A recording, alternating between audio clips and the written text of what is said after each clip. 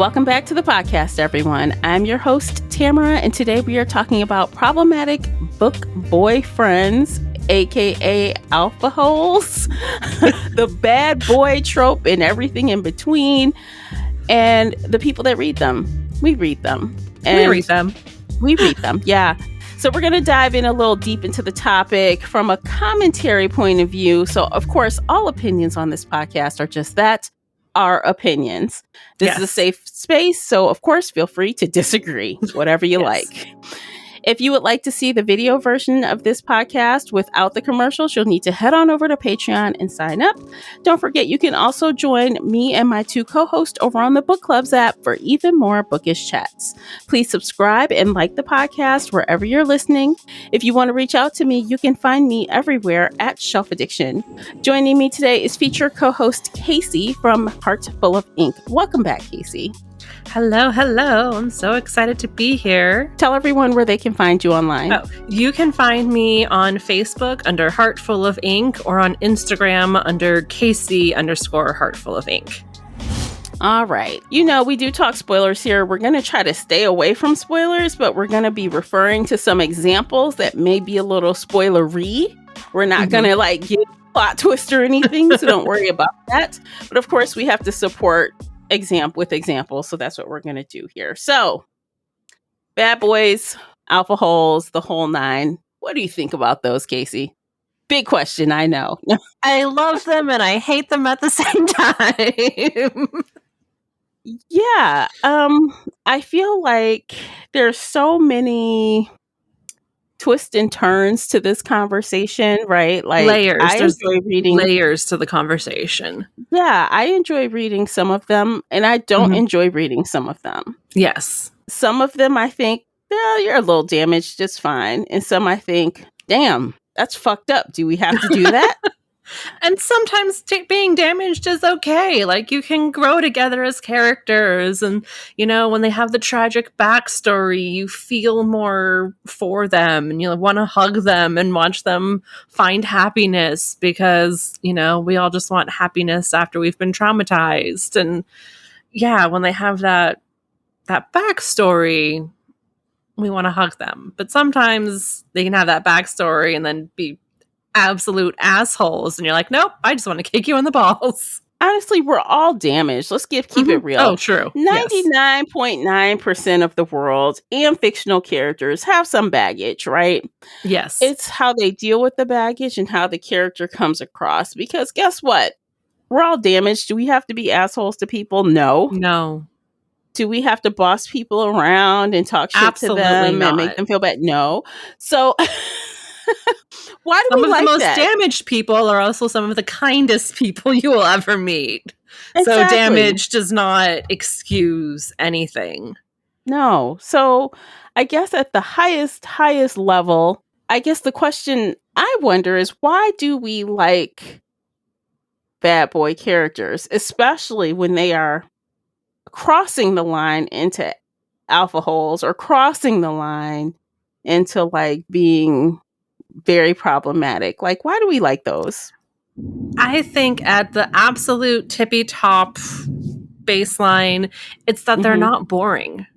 It's that exciting thrill, especially if you're reading fiction and somebody's, you know, doing something illegal or something very problematic. And there's that thrill in your brain going, oh, I could do this in fiction, or I'm experiencing this through fiction, which is a very safe way to experience something.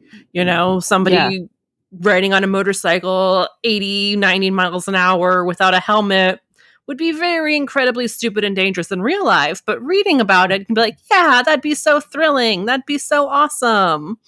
Yeah. Or, I mean, to take it in the other direction, maybe you're curious about BDSM and you don't really want to do it. Oh, absolutely. But you want to read and see what that experience could be like through some fictional characters. This could be your chance to be like, hey, I don't think I like how these characters are getting along. Or, hey, you know, I mean, it could also help reveal some things in that way as well. If you're curious, but don't want to actually do the things. Oh, absolutely, yes. And you can even go beyond basic kink into the really dangerous kink where you're having sexual relations with weapons, like actual weapons. And if you're reading about that, that's a very safe way to experience it, as opposed to, getting out your Glock and having some fun Doing times Oh, with loaded I've bullets. not read that, No, but I'm sure there's something for everyone. I've seen many No shade. books recommended with that trope, and I'm genuinely terrified of it. Wow. Well, like we said, there's something for everybody. But, Mhm. in the news lately, which kind of brought up the topic of today's podcast episode, it's been a lot of controversy this year in 2023 about authors writing problematic relationships and problematic alpha holes, Mhm. and women love these books. So I do have a few examples. So, like, I think the most well-known TikTok level example was the Colleen Hoover book. The one, Mhm. It Begins With Us, or It Ends With Us, that's it. Mhm. And I read it, I don't know, 10 years ago, 12 years ago. It's been a long time. But it was about an abusive relationship. And guess what? It was sold as a romance. People Mhm. think it's a romance. But I remember when I finished that book, I thought it was not a romance. I thought it was a cautionary tale, not a romance. But, some people, young people who don't know what healthy relationships look like, read these books and think, hey, it must be okay for him to try to kick my ass once in a while. Or, you know what I'm saying? Like, Mhm. as an older person with experience, I see that as a cautionary tale, but maybe someone who's 15 doesn't. Mhm. I mean, to be fair, when I was 15, I was reading Twilight and thinking a man or a boy crawling through my window was sexy. See? Because we're 15 and we're like, ooh, Yeah. anytime somebody shows us interest, it's sexy. And then as an adult, I'm like, oh Yeah. my God, that is terrifying. If anybody crawls in my window, I'm going to attack them. Oh, this little thing called perspective. Perspective. It comes Yes, with it is age. definitely perspective with age and growth Yeah. and common Yeah. sense. Definitely. So I wonder, like, I'm not a writer, but I'd like to kind of explore, why do you think writers want to push the envelope to that level? Why do you So, think we love that still? Like, not me mhm. specifically, but we in general. As an editor, I think there are many, many layers to this. And Mhm. the first thing is we always tell authors to write the story that they love, write the story that's in their heart, write the story that they want to read. And then after that, it becomes about marketing. It becomes Mhm. about getting as many books sold as possible. It gets about, how can you get popular on TikTok? How can you get on the Amazon charts? And so I think in recent years, specifically, authors are trying to push the envelope so they can get the most views on TikTok. So they can say, Mhm. hey, I have a gun scene. If you want to buy my book for this crazy special gun scene. Right? Mhm. Because we have readers who are in Kindle Unlimited who can read a book a day who are like, I read 50 Shades of Grey 10 years ago and now I need something new, something to keep me interested. And they've, I don't know why I'm on this gun kick, but they're like now into gun sex, basically. Hmm. And Hmm. so again, I think it's part of that marketing and that pushing the envelope to be different and unique and to be like, hey, I wrote something that's totally different. So you need to buy my books. And, I mean, there's all kinds of So crazy, I dark, read dark something romance. edgy, Yeah, so come edgy. and read it. It's Mhm. edgy. It's different. It's, out there. It pushes the envelope. And so Yeah. then it gets picked up by Book Talk because everybody on Book Talk's like, I want to be the next big thing. I want to have the next trope. I want to have whatever. And so I think Yeah. that's part of the issue right now. is finding or is pushing that envelope to be the trend or to get on top of the trends. Because I do think there is definitely, and I saw one author on YouTube who seriously, she has her books like, these are like the X-rated ones. You can buy them with the cover or a blank cover so no one knows what you're reading. These are the medium spice. These are, I mean, it is categorized like that. And I'm like, wow, I am impressed. I am impressed because she has the marketing knowledge and the reader knowledge that, you know, I have all these different people reading these different level of books, and I know that they also don't want to be displaying all the things that they're reading. And you have trigger warnings galore for all these books, which I appreciate. Good. Yes, that's the other thing, is authors need trigger warnings. Absolutely. With all of this.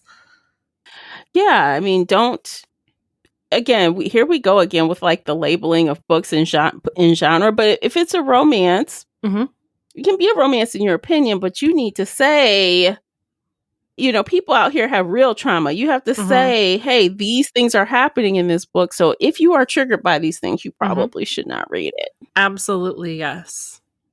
Because we're all traumatized. 99.99% of people, we're traumatized. We have baggage. Yeah, we have something going on. So yeah, let's see. So that's one of those books I can think of. I wrote down quite a few.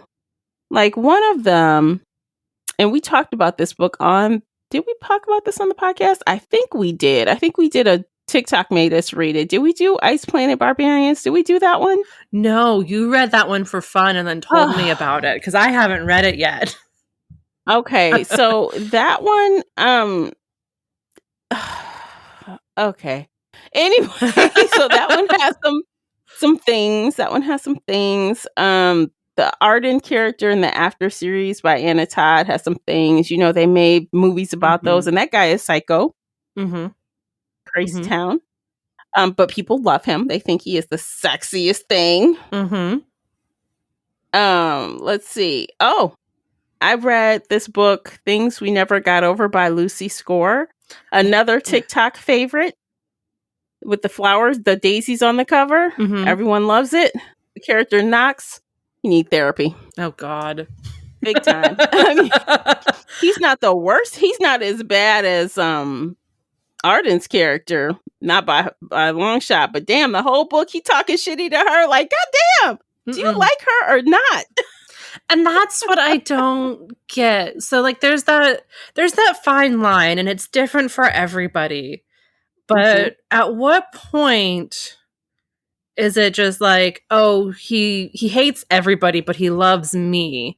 But then sometimes that gets gray where he's like misogynistic to the heroine too. And he's like, oh, all women are crap and you're crap and go bake me a cake or cook me dinner or whatever. Like women belong in the kitchen. And I'm like, at what point does that lose? Like, or yeah, that's not sexy. That's just asshole.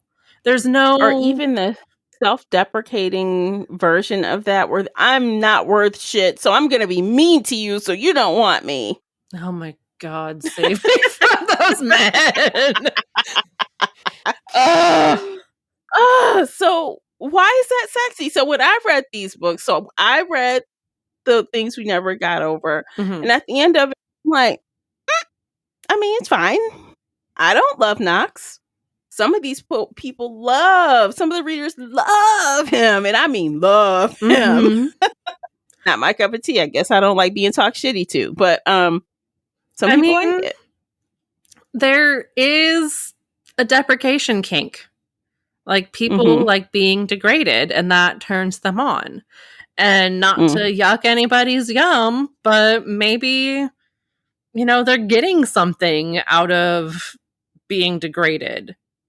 I am not, no, that is, I do not have that kink at all, but I know people who do, and I'm just like, all right, you do you enjoy that, but I want the opposite. I don't want somebody to talk shit to me.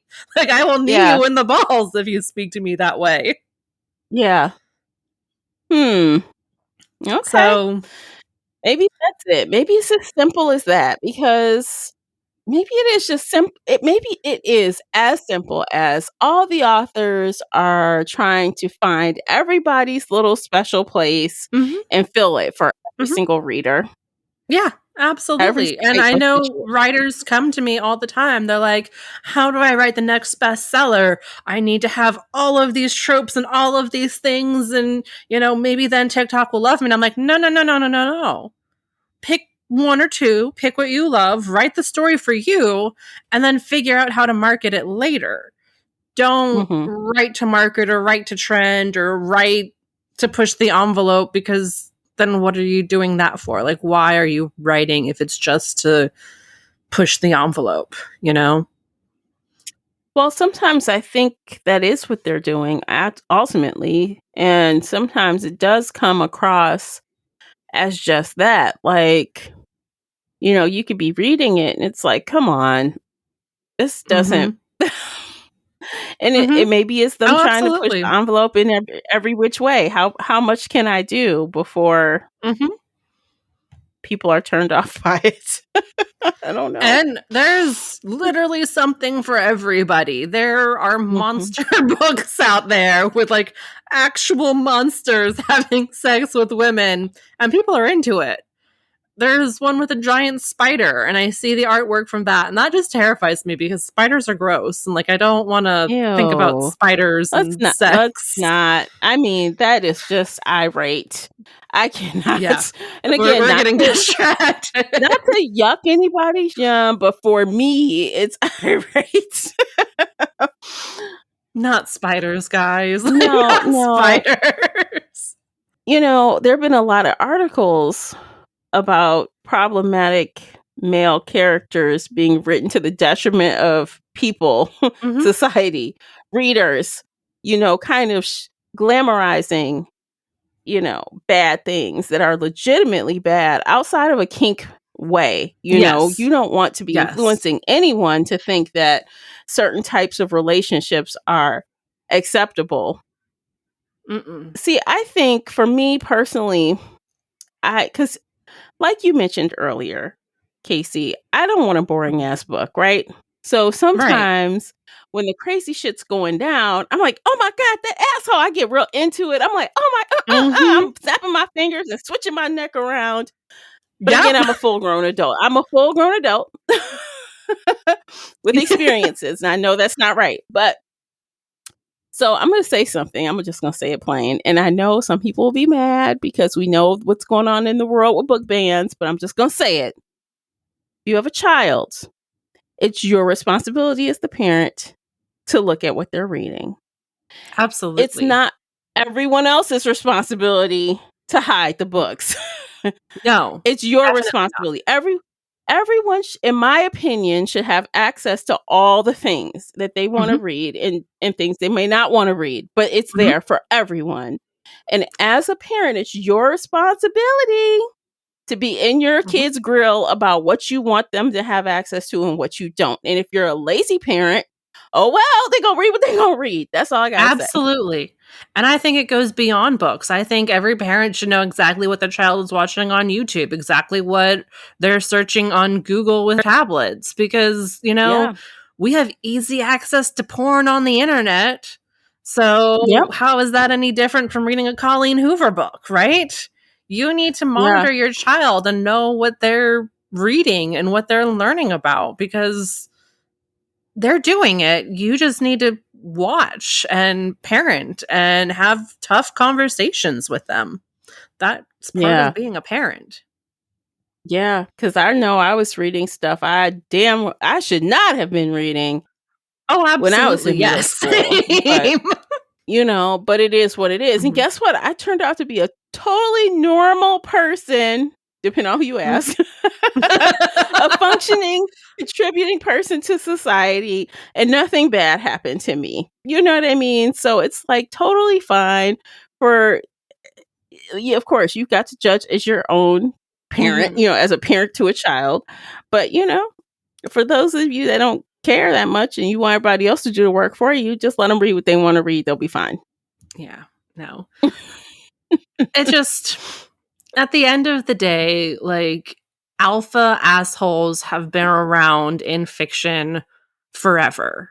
It's nothing new. It's not anything, like, oh, this is a new trend in 2023 is romanticizing abuse, because no, have you read Jane Eyre? Like, this has been around forever. And I think there's a fantasy that women collectively have of, curing or fixing or loving a man enough so that he loves them back.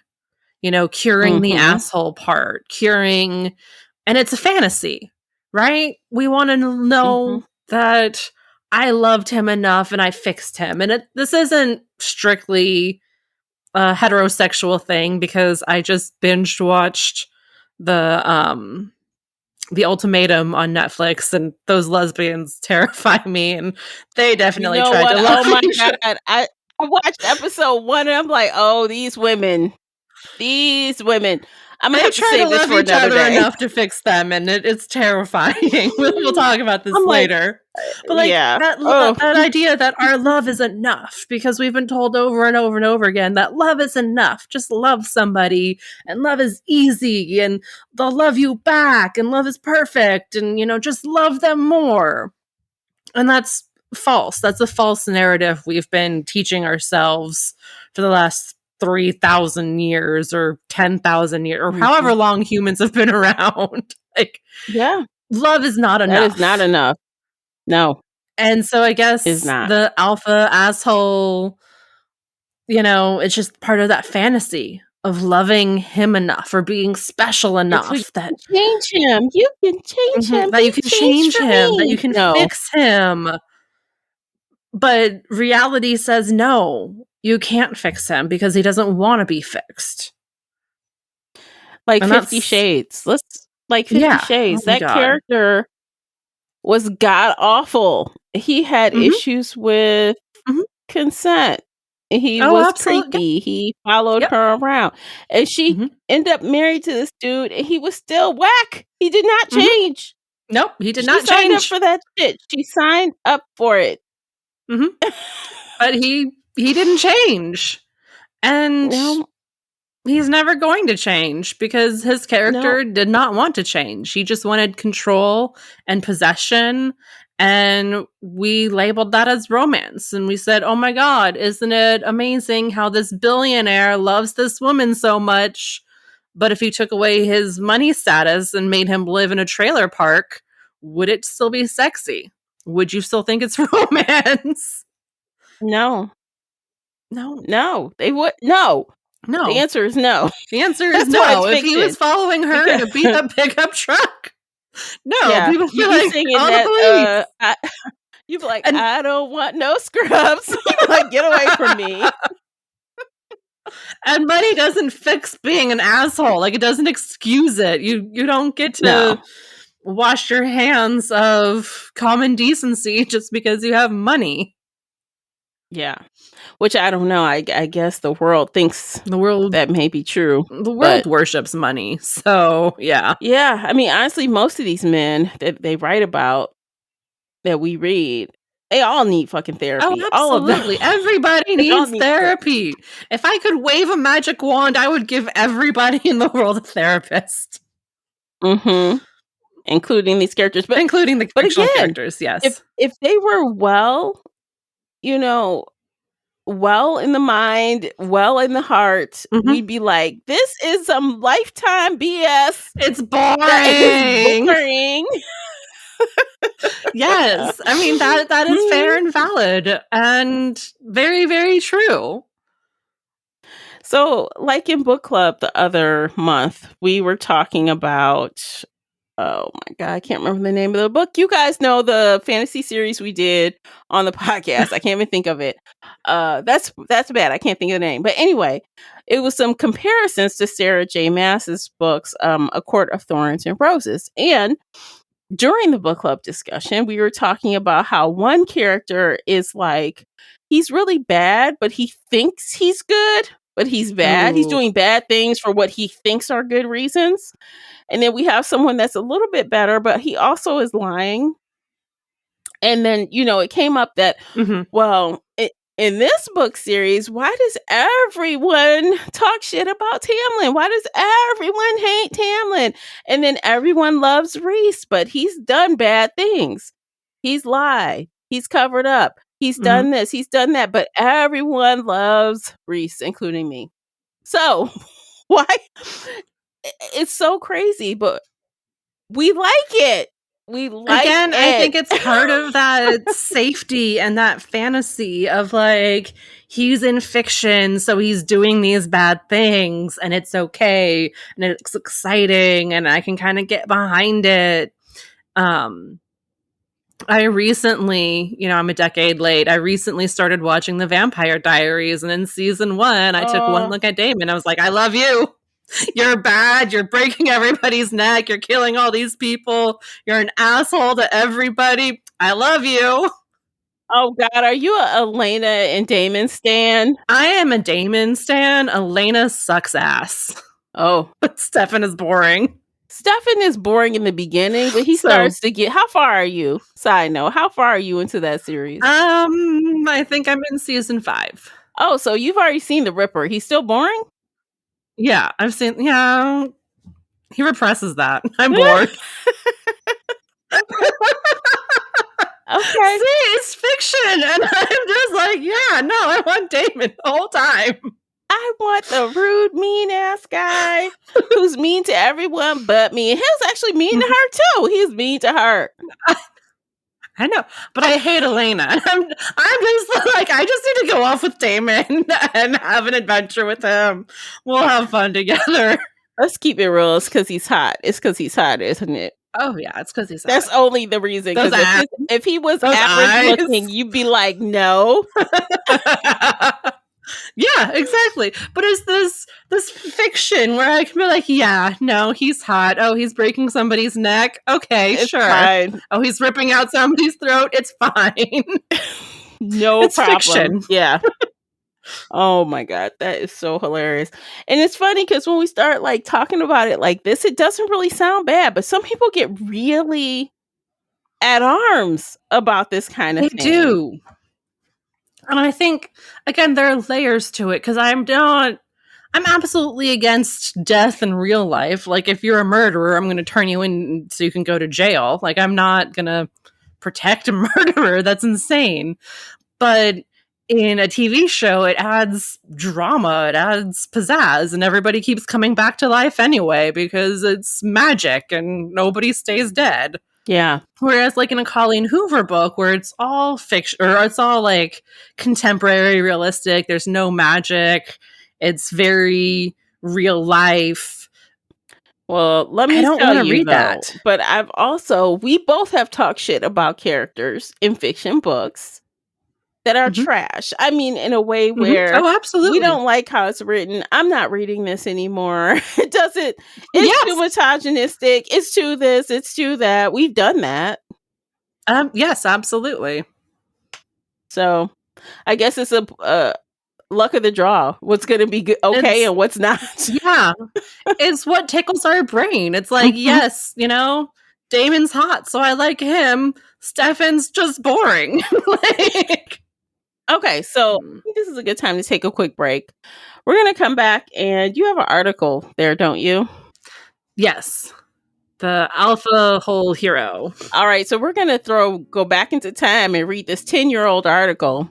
We're going to talk about it and talk about some of the comments. So that should be fun. Stay with us. And before you listen to these commercials, please listen to them because by doing that, you support the podcast. And while you're at it, check out the book review panel available over on Amazon. Stay with us.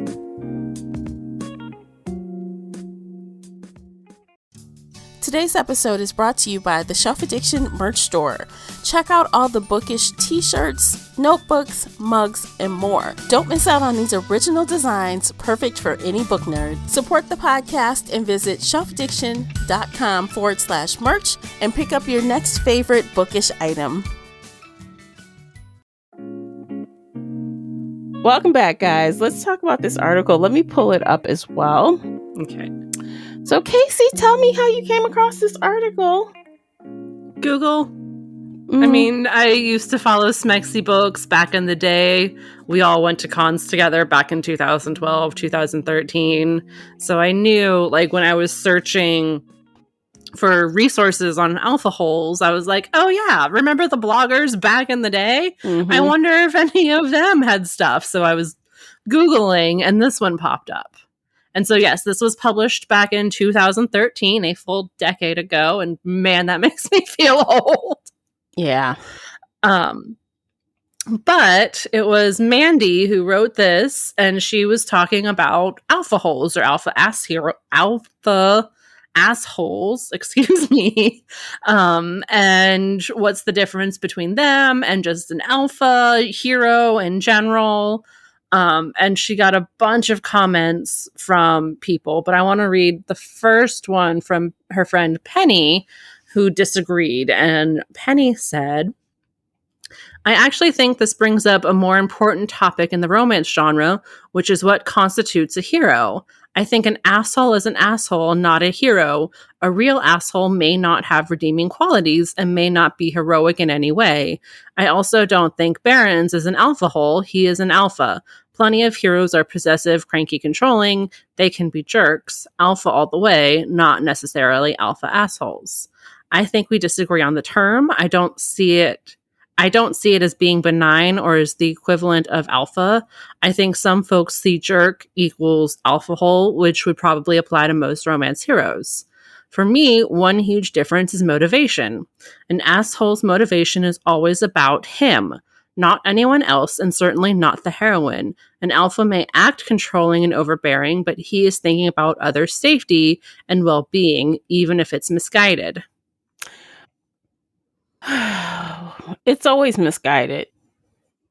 Because it's always misguided. Like, okay, that's the thing about, I think she's right in a way. I kind of agree in a way, but that's why they're called alpha holes. Like the alpha in them is making them think they are doing this for someone's best interest. I must protect you. You need me. But it's really for them. They're assholes about it. Yes. But I do like the motivation as key, because there are some characters who are all me. I'm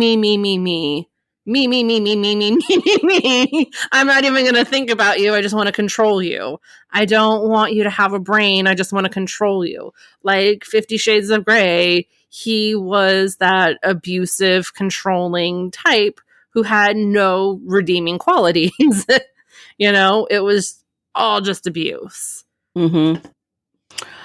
I don't know. I still think he thought he was doing the right thing. And that's what I mean by like perspective. Like in the book we just read, the villain genuinely thought he was doing the right thing. You're lying and doing all these things to her face. You're keeping secrets, trying to protect her, but really you're just protecting yourself. So don't all villains think they're the good guy? Yeah, most of the time, all villains think they're in the right, that they're the right, they're doing the right thing, or, they've been abused, so they have the right to abuse other people. They've been hurt, so they now have the right to hurt other people. But I think there's a lack of empathy between that kind of villain and somebody else who's been abused, who's like, no, I'm not going to blow up this hospital. I'm going to save these kids, but I might blow up like a different Capitol building or something and get rid of politicians. And that's the kind of villain I can stand behind, because if you've been abused by the government and you want to attack the government, great. But if you've been abused by the government and you're just going to go kill a bunch of kids in a hospital, like, no, you're fucking... No, that's just a villain. In the head. That's just a villain. But like, I'm trying to think of a character that I would consider an alpha, but not an asshole. Bones. Yeah, I was just thinking that. I'm like, Bones. I was just about to say it. I swear to God, he is an alpha, but he's not an asshole, right?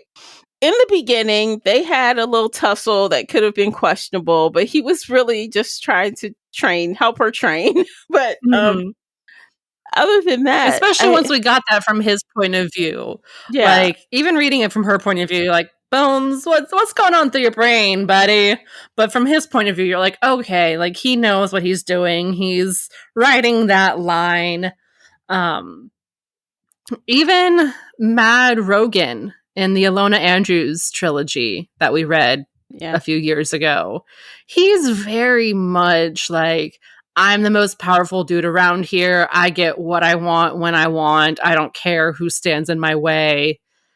He's a bit of an asshole, but he changes over the 3 books. He did change, but you remember that first meeting between him and he kidnaps her and chains her up in his basement. Yes. I'm like, Jesus Christ. That's fucked up. Yeah. But of course, you know, he sees the error of his ways and that she's just as powerful as he is, and now they're all good. Yes. And he sees her as an equal now. He's not controlling her.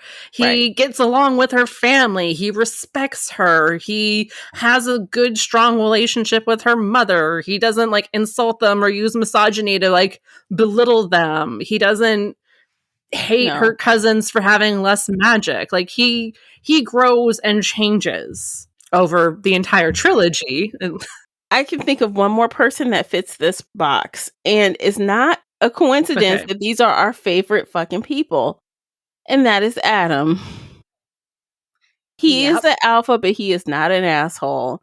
He really he is not perfect. He's got his flaws, which is acceptable, but he really because he's genuine, so to speak. But he is genuinely a good guy. He's not even like an asshole like Rogan in that way, right? He is genuinely just a good person. He tries to do the right thing. He wants to take care of his daughter. Yeah. He cooks for his people. He, you know, invites everybody into his home. He just... And you guys, we're talking about Adam from the Mercy Thompson series, in case I didn't say that. So... he argues with Mercy through the car in her backyard, right? Like, even when they're arguing, he's never belittling her or insulting her. Sometimes he gets pissed at her because she doesn't accept his protection. But it's like Mercy's actually being stupid to reject protection.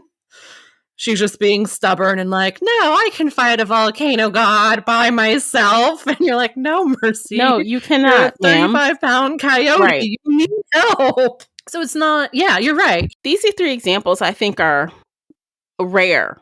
They're less common than they used to be, I think. We get a lot more of the other type of alpha now. And I think it's people trying to push the envelope and be edgy and get those clicks and be like, hey, I wrote about an alpha who's in charge of his entire wolf pack and he hates everybody, but he's going to fall in love with this one girl and she's going to change his life. And it panders to that fantasy of changing the asshole. Whereas, you know... we can always read and come back to Adam. We can reread this series over and over and over again. And yeah. Yeah, I want more of those kind of alphas. Can somebody write more of those kind? Because it's still fun to read. So it's not boring. Never read Nalini Singh, but she does write those kinds of alphas. They're very kind. They're very nurturing. They're constantly hugging and cuddling with people, and like they're good people. They're good guys, but they are very alpha. They are very dominant. There's almost 30 books in the series, so I don't know if you want to start. I'm not engaged with that right now. I have too much. That's too daunting. Too much. I needed to start that 15 years ago to even contemplate something like that. But yeah, you know, we even tried to reread the BDB books, and that was kind of a fail for me. I think so. They're assholes. Like, Yeah. actual assholes with very minimal redeeming qualities. Yeah. They And minimal changes. Yeah, especially those early books, they are just whack. These dudes are whack. Like, what the hell? What is sexy about and those that? were written 20 years ago. So again, like Yeah. I don't know, I guess pushing the envelope then, because the vampires were new-ish to publishing. We were just starting the paranormal romance genre, so to speak. Yeah. But like reading those original books somewhat recently, and then I read Lassiter, right? The newest book. She has transformed those characters. And I have to figure out, I don't have to, but I am curious about when they start transforming, because the king is not the same as he was back then. He is very different now. I'm like, oh, damn, that happened to him. Dang. I had some sad feelings for him. But I just feel like she's done a lot of work, or maybe that's just her evolving as a writer. Because like you said, they're very harsh. And I couldn't even tolerate it to read the next book. I was so over it because I couldn't. I can't even say when it starts to change, and I have no tolerance to go through that whole thing to try to figure it out again. I wonder if it's when he got his second book, because, he was Dark Lover, book 1, but then he got the King on like book 12 or 13, I think. I don't remember where. But like, that's a good long time for some character growth and to get a whole new book and then to keep evolving. Because after she went back and gave the originals their new books, The King and the Beast and whoever else, then she started, doing like, everybody's going to be thrown into a book. Yeah. That is about for a while. That's probably the trigger, because then, they start having kids and adopting kids. And it seems like when the kids come into the picture, their attitude changes a little bit. They're still alpha. They're still protective, but they're not talking to people any kind of way and treating women like they're the gum on their shoe. Well, that's good. You don't want to raise your kids to act like that. Train the new generation to be better. I mean, now they're just trying to smother the young teen girls. Like, you can't do shit, go nowhere. You stuck in this house. Oh, God. The misogyny of that alone. They're pulling that bullshit now. So it's shifted from the lovers to the children. Oh, God. I know. Like, oh, my God. All right. Is there anything else in this? Any other comments? Let's take a look. I think that's about it. Or comments you wanted to read? Yeah, or have feedback on. That's the only one you highlighted. That was just the top one that I highlighted. There was a couple others. Tori said an alpha hero wants to protect his lover, but knows trying to control her will often cause her to leave him. An alpha whole hero wants to make the heroine completely dependent on him. Her submission to his authority is his ultimate goal. His need for complete control makes her less human and more possession. And yeah, that's basically what we were saying, was like, it's not, she's a possession. She's a thing that he wants to control. And that's not sexy. No, even if he thinks that's not it. Like, again, I will refer back to Tamlin from Akatar. He thought he wanted Feyre. He did not. He just wanted to have her as a thing in his castle that could not leave. He wanted to have her as a thing. He did not love her properly. So it's like, almost everyone and their mother has read Akatar. So you can understand Tamlin if you can't understand anything else. Because and again, that's the whole thing. I don't think they think they're that way. They think their motives are different, but they aren't. Because no one says, hey, yeah, I'm the worst. I just want to keep you as a thing in my house. No one's going to say that. Nobody's going to say that. Nobody's going to be like, oh, hey, I'm actually secretly a narcissist. And like the fact that you might leave me makes me crazy. So now I have to control you to make you not leave me. Like, nobody's that self-aware. And if they are that self-aware, then they've done a lot of therapy and they're not going to try and control you anymore. Yeah.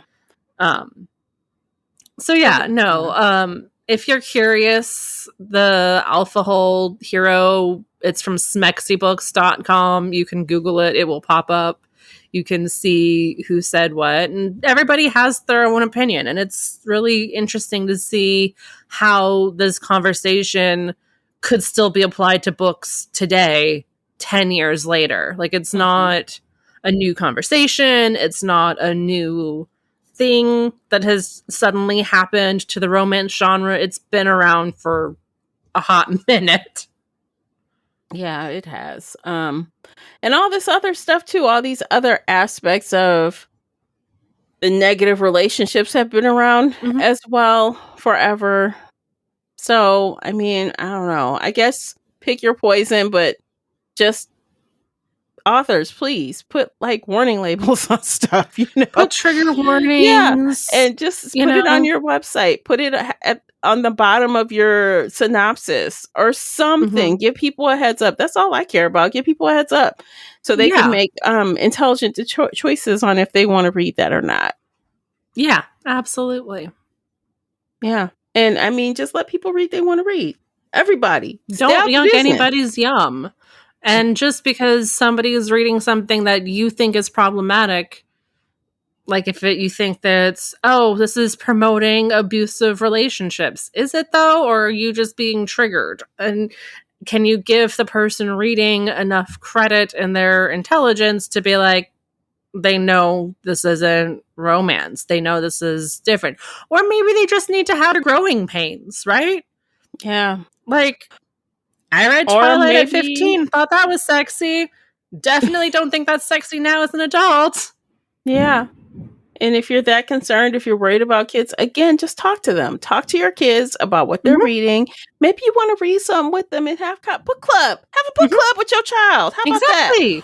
Or, just monitor what they're reading. Because as adults, for us adults, though, come on, just leave people be. Leave people be and leave the kids be, too. They figure it out. We turned out fine. Exactly. Okay, what else? Is there anything else on this topic, or do you think we've beat the bush I'm sure there's a lot more we could dive into, but I think we've hit the main points of like alpha assholes have been around for fucking ever. They are assholes, but some of them have redeeming qualities. Some of them go through redemption arcs and actually change, and sometimes they don't change. And it's up to you to determine like what you like and what you want to read. And is it just a fantasy for you? So, yeah. Yeah. Basically. Then mind your business. That's it. Mind your business. Story. That's what I think. Yeah. That's it. Period. Nothing else to say on it. So yeah, let us know what you think about, problematic bad boys or book boyfriends or whatever you want to call them, problematic relationships, all of that. Let us know where you stand on the matter. I'd like to hear. Tell us. Yes, tell us all the things. It's fun. It's a good conversation to have with people. Absolutely. I mean, honestly, that is the point of book club and book communities, is to just have good conversations and be open to others' opinions, right? Which I'd like to think that I am. I may not agree with you, but I will listen to hear your side of view, your point of view. And that's all I can ask too, Yeah. So I think we're done today. Yeah, it's been fun. You guys, hope you enjoyed the episode. If you did, please like it, share it, subscribe to the podcast so you don't miss us the next time we are here, which is next month. We'll be right back in your inbox again. And until next time, take care of yourselves. Bye, guys. Bye, everybody.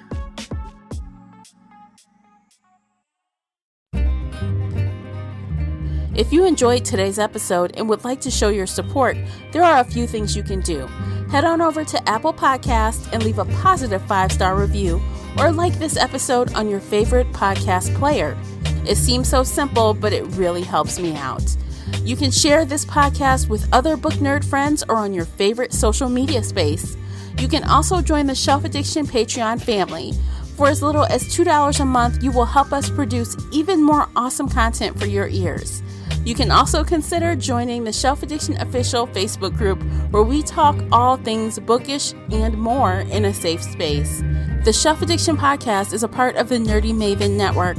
You can also reach us via email at info@shelfaddiction.com. Thank you for listening.